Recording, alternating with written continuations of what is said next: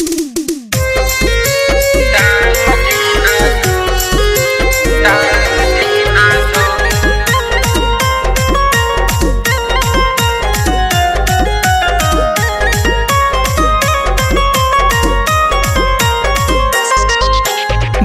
न चली धीरे न बोली चढ़ गइल केतना ये जोर।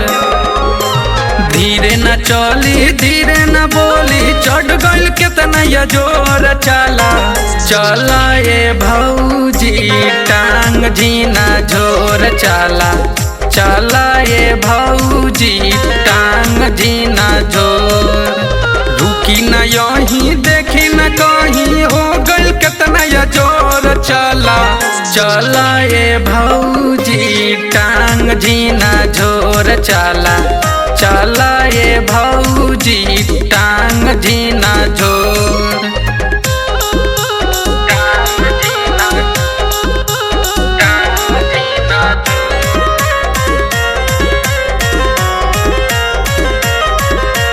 बाबा के कर पुकार होई सब उपचार हो।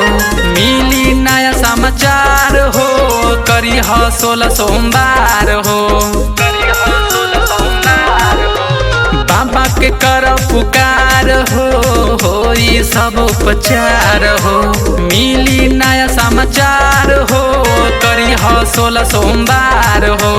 भर दी बाबा तोहर गोदिया हो जइबू भोर। चला चला ये भौजी टांग जीना झोर। चला चला ये भौजी टांग जीना झोर।